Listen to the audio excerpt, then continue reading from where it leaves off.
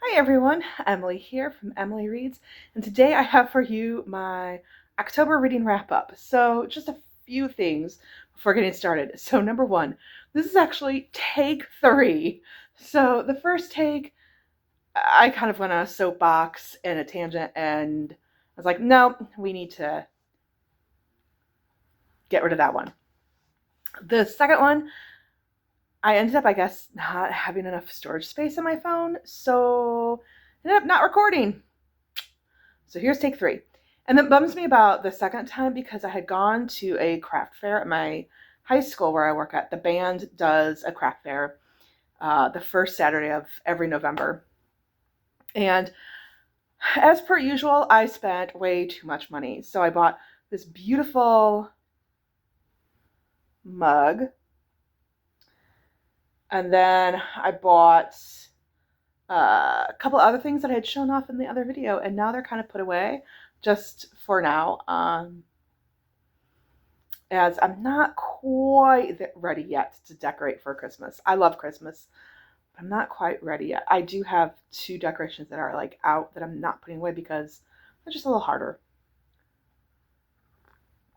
But I had showed you what they were. I do have plans to show you what my place looks like all decked out for the holidays. So that will happen in December. But let's get started on the October wrap up. In October, I read 6 books, so much better than September reading. I'm still a little on the struggle bus, but that's okay. That's okay. We'll make it through. So let's just dive right in.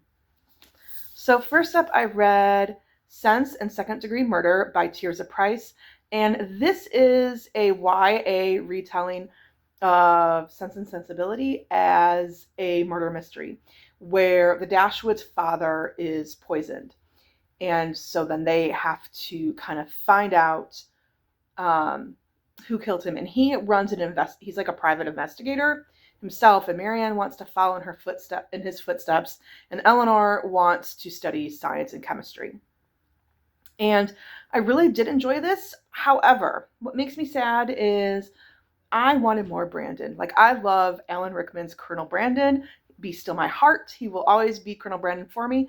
And I wanted more Brandon. And what I also did not like is in the book and in the movies, Brandon is older than Marianne. And that is actually kind of discussed. And in this, he's more of a contemporary of theirs. So that was kind of a little disappointing. I still enjoyed it. I would give it 4 stars because it was a very enjoyable, fun read. And thank you, Cajun Peach, for giving me this book. So I really did enjoy it. And also, can we talk about how gorgeous and stunning this cover is? And I'm not sure if you can see it, but it's like it's meant to be like an embroidery piece. So then I got full on into Halloween vibes, and I read Garlic and the Vampire by Brie Paulson.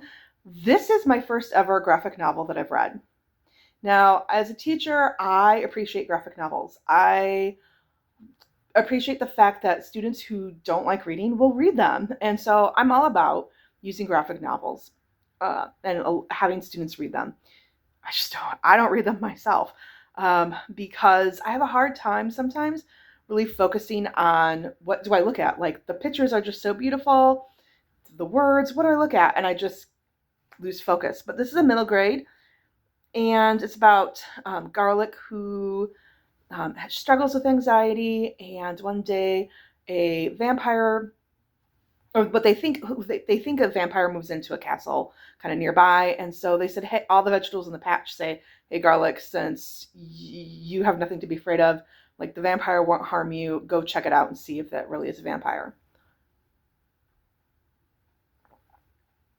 And so she does, and it was just so beautiful and delightful and lovely, and I can't wait to read book 2, although I say I can't wait, but I probably will wait until next year. And like the illustrations in here are just delightful. Right, and then I read This Spells Love by Kate Robb, and this was good. I gave this a 3.5 stars, I want to say. So here's what I liked about it. I enjoyed, it was lighthearted. It was a quick read. I do love friends to lovers. Like, that trope just works to me. And this is the story of, oh gosh, is it Gemma? Is that her name? Yes. So Gemma, she is coming off of a breakup. She had been with her boyfriend for 4 years, and she breaks up with him. And she's like, I want to wipe that, like, I want that, I wish that night had never happened. And so she does this spell, like, in a drunken state. The problem with that is that is the same night, the night that she met her ex-boyfriend is also the same night that she met her best friend Dax. And so because she wipes that night away, Dax doesn't remember her. So she's in this alternate reality. And so, like I said, I enjoy the friends to lovers trope. What I didn't like is Gemma's kind of insufferable. Like, she has crisis after crisis, and she goes running to her sister, running to her aunt, kind of expects them to drop everything to help her, but doesn't take the time to consider they have lives, and they might have things that are going on in their lives that they might want to be able to be like, hey, I need help here. Can you help me? And she doesn't consider that. So that was kind of annoying that she's insufferable kind of that way. But I don't regret reading this. I did enjoy it, but I don't see myself keeping this. So this is already up in my Pango shop if you want to give it a go. Next up,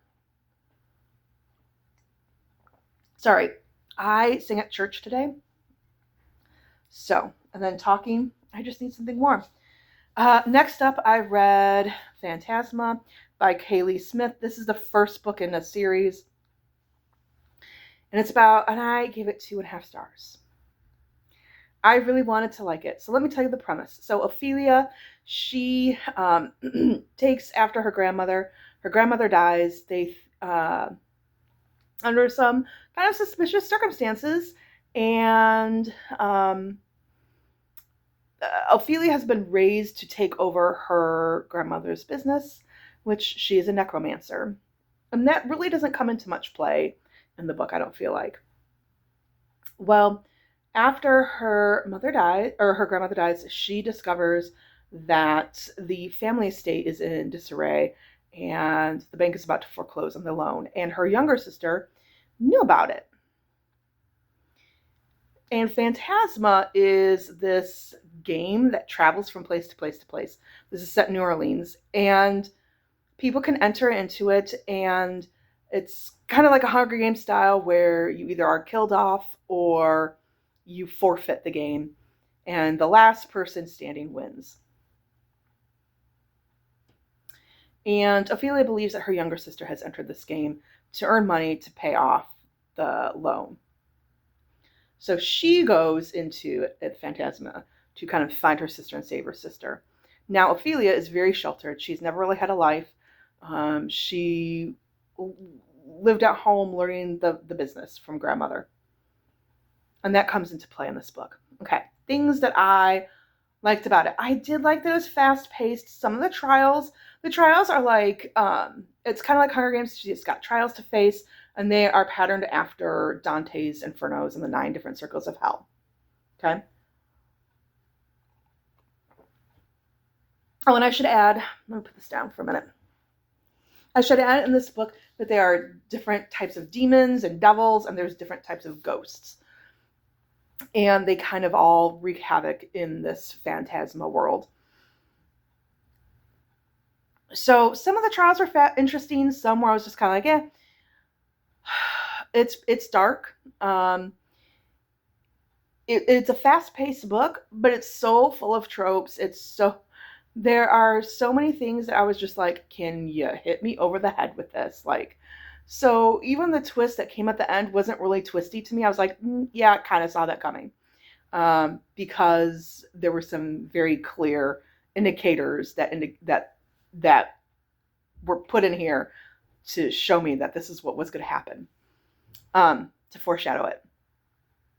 I also felt like once she hooked up with Blackwell, like all it became was let's have sex. When it's like you made a bargain with Blackwell for something and you're not really working on that, and you're also trying to find your sister, not really worried about that. All you're just thinking about is like let's have sex. So that was problematic for me.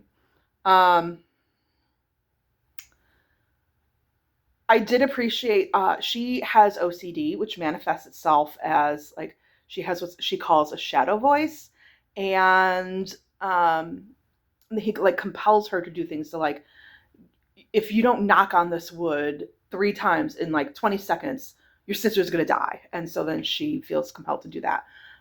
And as someone who I'm not officially diagnosed with OCD, but I have the intrusive thoughts. I have the compulsions to like check locks, check to make sure my candles are blown out, check to make sure that the stove is off, check to make sure that the coffee pot is off, check to make sure all the windows are closed and locked, and then like check them again and again and again and again before I finally leave the house. And then I might drive away and then have to turn around and come back because I don't think I checked everything well enough. Like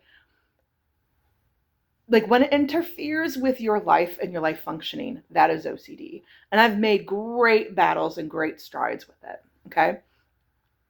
What I had a problem is this is all about empowerment because she's so sheltered. And then she's like, I'm doing all these things and I'm in these trials and some of them I'm having help with and some of them I'm facing on my own. It's like all like empowerment. But then she comments like, oh, and the shadow voice has gone away because I'm with Blackwell. You took away all of the empowerment to say like I've met this man and so now that's why the shadow voice has gone away, not because you have found it in yourself to silence that voice. It was this man who is helping you. That really bothered me when I felt like a lot of the message of this was empowerment and finding the power within yourself to do things, to do hard things. So it just read like a YA, but it had a whole ton of spice, so it's not a YA. So I wanted to like it, and it was fine.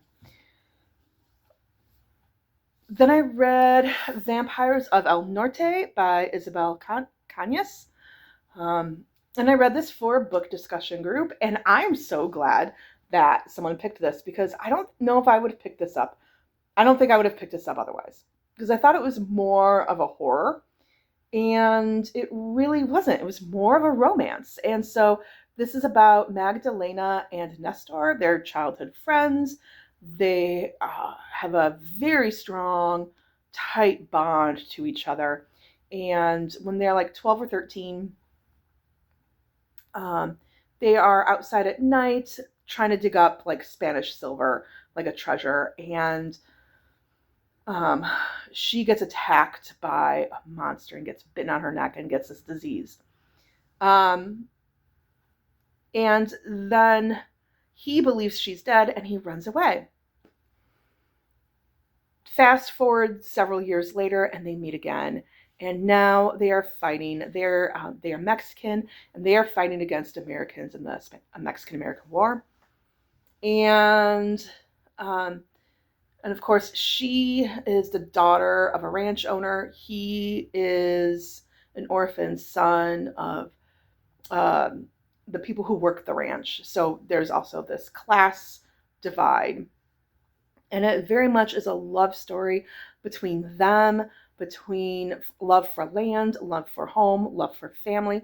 And it was just so beautiful and lyrically written.